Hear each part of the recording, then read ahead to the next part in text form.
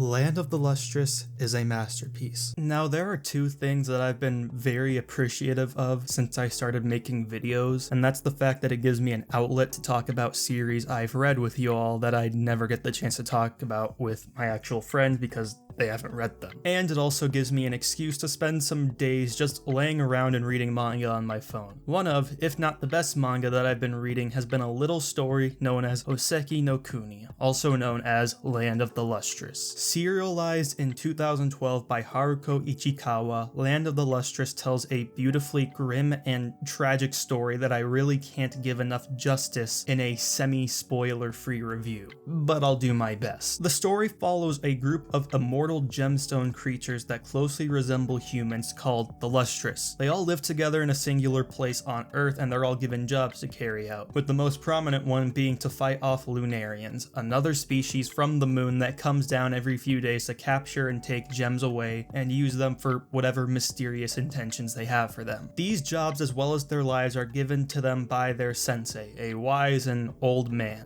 In the middle of this story is Phos, our protagonist, a very fragile and naive gem looking for its purpose amongst the gems, as no job seems to be cut out for the young immortal as they are right now. Too weak and fragile to fight, and frankly too impatient, rude, and dumb to do anything other than fighting, it's pretty tough for our hero. However, when our story begins, Phos is given the job of a historian to look for some kind of information that the gems have yet to know of. So the first few chapters of the story showcases Phos's eagerness to prove its worth to everyone else by looking for information in the past to cover, which adds a bit of irony to the fact that our main character only truly starts becoming truly invested in the mysteries of the world and its species after this job is no longer relevant to them or the story. And now personally, I enjoy series that can tell a deeper and rich story without having to overcomplicate or over-explain itself.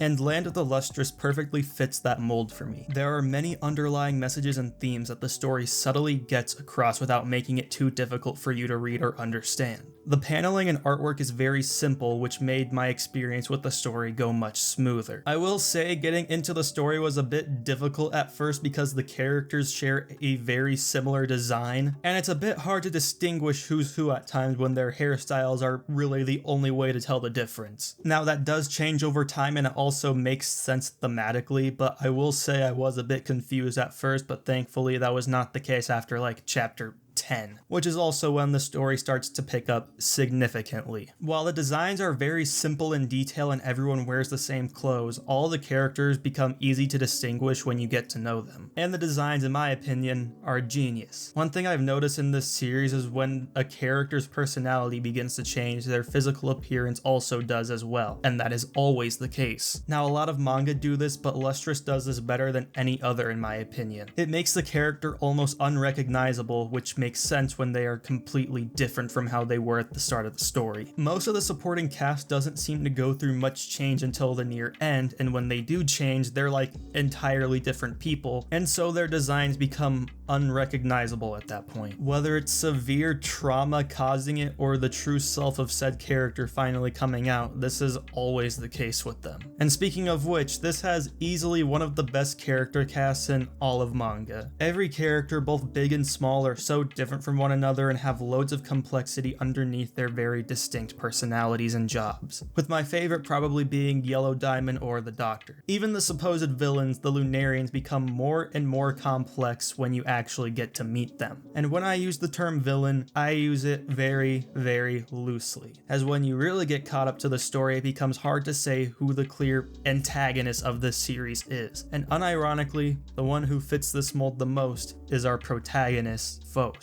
Now, just from reading the first few chapters or the first few episodes of the anime, you would probably call me crazy for saying that Phos would be very easily deserving of a spot on the list of manga's greatest characters. But the more and more you read, the more clear that becomes the case. From the more subtle and blatant physical changes of the character's appearance, the layers and depth of their character as well as their progression throughout the story, you're always wondering to yourself what truly lies at the end of our hero's journey. There lies a character that begins as so innocent, campy, and sweet that slowly turns into something more difficult to explain, far deeper, and far more terrifying. I can't possibly do their character justice without going far in depth into spoilers spoiler territory, but I mean it when I say Phos is a protagonist that deserves to be in the rankings, with characters like Guts, Thorfinn, and many others. I don't know if this is a common take, but reading HNK gave me a lot of Attack on Titan vibes, but done even better than Attack on Titan did it. I don't know if I'm the only one who thinks this or got that vibe when reading the story, but that's a big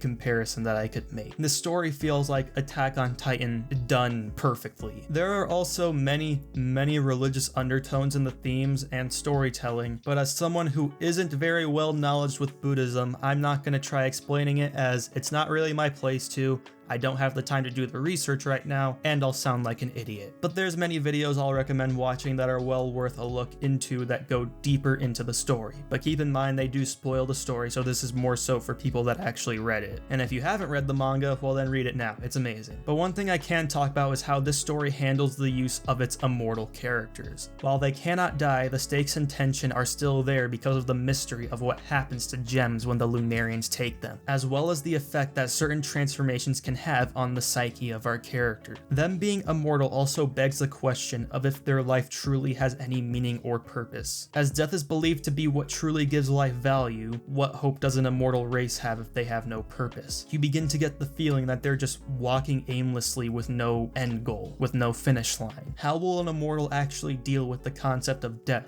Can they handle the thought of it? What would killing even mean to them? How could you explain how death works to a race that knows no death? These are all questions that this story begs to ask, and gives you a real deep perspective at just what immortality could really do to affect how people operate. Reading the story, you can very clearly tell what the author believes about human nature, and really, you can't say that she's wrong about it. The story and the mysteries constantly have you wondering and guessing at times so that it's addicting for you to read through. You get tiny crumbs every little moment that slowly build up to the reveals you're awaiting. And when you finally start getting your own predictions of it, the author throws a complete curveball that you never could have seen coming, and all of your predictions are shattered. My own theories and predictions about characters like the Lunarians, Phos, Sensei, and other gems were almost completely disproven as I kept reading almost every time. And I had many of them, like I had a lot of them. Speculating is one of my favorite parts of analyzing stories as I read through them, and Lustrous definitely had me doing that, so there's extra points in my book. The art style is very unique to say the least, and it does take quite a bit to get used to, I will say. When starting the series at first, I had no idea what I was looking at times, but as I got used to it more and more, it all became so naturally and flowed so smoothly to me. And the easy paneling made it pretty easy as well. The art style is both simplistic but doesn't take away the important details. It only shows you what you absolutely need to see. The way landscapes and spreads are drawn here have me in awe, and there are even some panels that give me extreme vibes of other manga I love, such as Berserk and Bleach. Not to say they were influenced by them or anything, because I don't know what Ichikawa based the entire thing off of, but just for me, that's the vibes it gives me at times. And there's a lot of other examples of series that this manga reminds me of as well. The series is very close to ending, it seems, as it's very well into the final stages of the story. You can somewhat tell where the ending is going now, and while I believe the author is throwing a major curveball to the audience like she has many other times in the story, I can tell the ending will be very controversial to a lot of readers. I'm actually really enjoying where the direction of the story is heading though. I have my own predictions for what's about to happen, but because I don't want to spoil anyone, and because my predictions almost never come true with this manga, I'll just hold my tongue and wait till next month to see what happens. I do, however, talk about this kind of stuff on my Twitter where I do go into spoiler territory, so go follow me on there. It's at @ADodgerKid, you know, the old shameless plug, am I right? And that about does it for my review of Land of the Lustrous. Go read it, it's a little less than 100 chapters long and doesn't take a lot of time to read through at all. You won't regret it. This story is bizarre and makes you truly start thinking about stuff like the pros and cons of immortality, the concept of death, existentialism, and so much more. It's not like anything I've ever read before, and I can't recommend anything more than this if you're really looking for a manga to read, and looking for something with a more deeper story. Now, with all that out of the way, I want to give a quick update on something happening on my channel right now. If you subscribe to my my channel through my One Piece movie review, or saw my community post, or just saw the video in general, you'd probably already know that Toei Animation struck down and blocked the video worldwide. I sent in a dispute for a claim and they took it down less than a day after, so thanks for that, YouTube. You really do an amazing job of helping out your smaller creators. What would I ever do without your amazingly flawless support team? I sent in an appeal, but that's going to take at least another week or two to get my video back up, which is going to kill a lot of traffic for my channel. I just wanted to talk about this to let you guys know about the situation. I can't say it wasn't expected, but it does really suck for me. So if you guys could, it would be greatly appreciated if you helped push the channel more by sharing or liking the videos, just so I can find more sources of traffic for the channel and continue to make these videos for you guys. I really enjoy talking about manga and anime that I don't get to on a regular basis with you guys, so any support would just be amazing. I don't mean to sound like I'm begging, but it's true. With all that being said, that's all I have to talk about in this video. I'll see you guys whenever I decide to upload again.